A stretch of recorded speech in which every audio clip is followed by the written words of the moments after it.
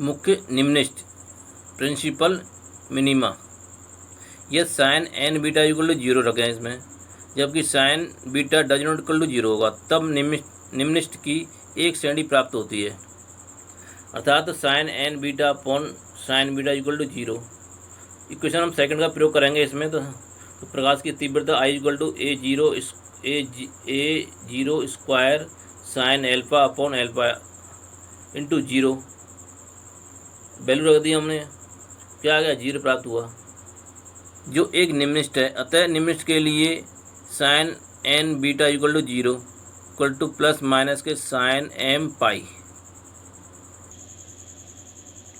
अथवा n beta equal to plus minus के m pi, या इसको ऐसे लिख देते हैं n pi upon lambda bracket में ई प्लस डी ब्रैकेट के अंदर है, और sine theta equal to plus minus के एम पाई।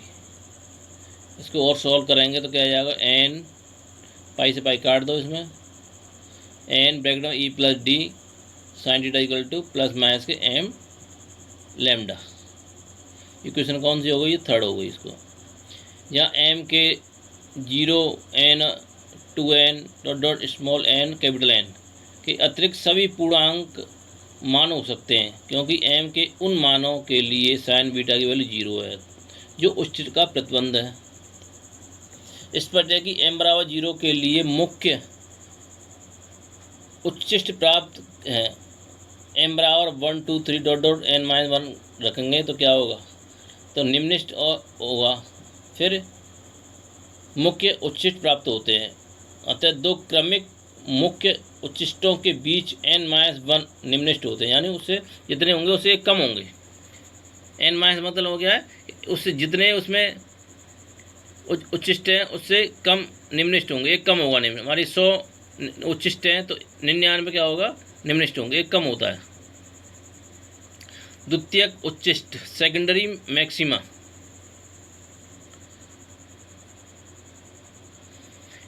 जिस प्रकार दो क्रमागत मुख्य उच्चिष्टों के बीच n-1 निम्नलिखित है, जो मैंने अभी बताया था निम्नलिखित है, उसी प्रकार दो मुख्य उच्चिष्टों के बीच n-2 अन्य निम्नलिखित होते हैं। n-2 क्या होते हैं, उसी प्रकार दो मुख्य उच्चिष्टों के बीच n-2 क्या होते हैं, अन्य निम्नलिखित होते हैं, इन्हें द्वितीयक उच्चिष्ट कहते हैं,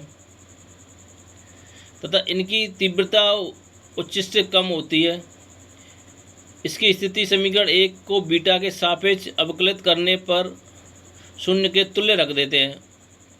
तो D I upon D beta equal to A 0 sine square alpha upon alpha square into 2 sine N beta upon beta, फिर दूसरे ब्रैकेट में sine beta N cos N beta minus के sine N beta cos beta upon में sine square beta equal to 0। इसको solve किया तो sine beta N cos N beta minus के sine N beta cos beta equal to 0।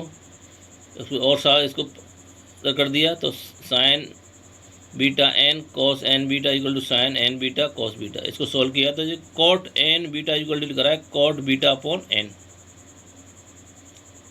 Equation 4 है।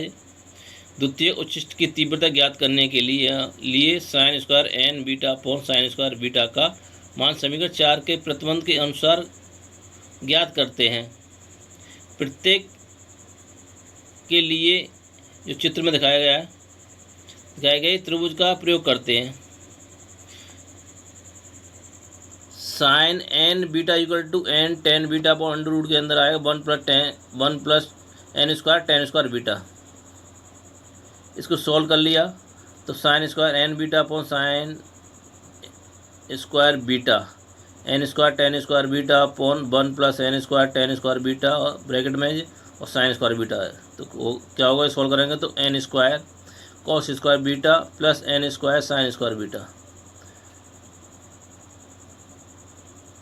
इसको और आगे सॉल्व किया तो n square upon 1 plus n square minus 1 sine square beta.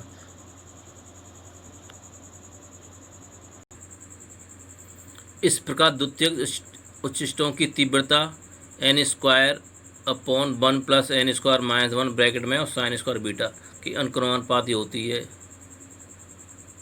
जबकि मुख्य उच्चिष्टों की तीव्रता n स्क्वायर के अनुपाती होती है। द्वितीयक की क्या होती है, n square upon 1 plus n square minus 1 sine square beta होती है के अनुपाती है, जबकि मुख्य थी वो क्या थी, एन स्क्वायर के अनुपाती होती है। द्वितीयक उच्चिष्टों तथा मुख्य उच्चिष्टों की तीव्रता का जो अनुपात है वो n square upon 1 plus n square minus 1 bracket में और sine square beta n square, तो यह आया 1 upon 1 plus n square minus 1 sine square beta. N का मान अधिक होने पर द्वितीयक उच्चिष्ट नगण्य तीव्रता के होते हैं, यानी जैसे ही एन का मान अधिक हो जाएगा और द्वितीयक उच्चिष्ट क्या होंगे, बहुत नगण्य तीव्रता, यानी कम बहुत तीव्रता रह जाएगी। परंतु जब एन छोटा होता है तब ये देखे जा सकते हैं। जब एन क्या होगा, छोटा होगा, तो जब इसको देखा जा सकता है। चित्र में एन समांतर स्लेटों या समतल विवर्तन ग्रेटिंग द्वारा तीव्रता वितरण चित्र दर्शाया गया है। एक चित्र है।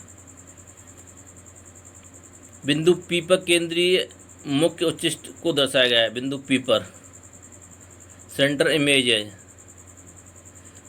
दर्शाता है तथा P1 P2 डॉट डॉट आदि P के दोनों ओर प्रथम द्वितीय, दोनों ओर लेफ्ट और राइट में दोनों ओर प्रथम द्वितीय आदि उच्चिष्ट है।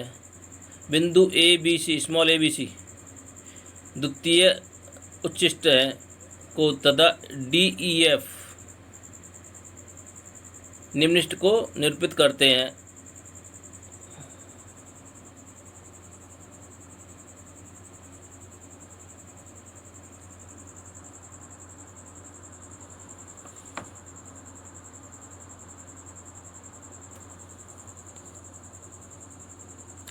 अगली हेडिंग है समतल परावर्तन ग्रेटिंग।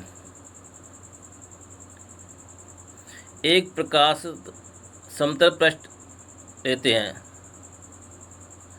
इसके पृष्ठ को चांदी अथवा एल्युमिनियम द्वारा परावर्तक बनाया जाता है। यदि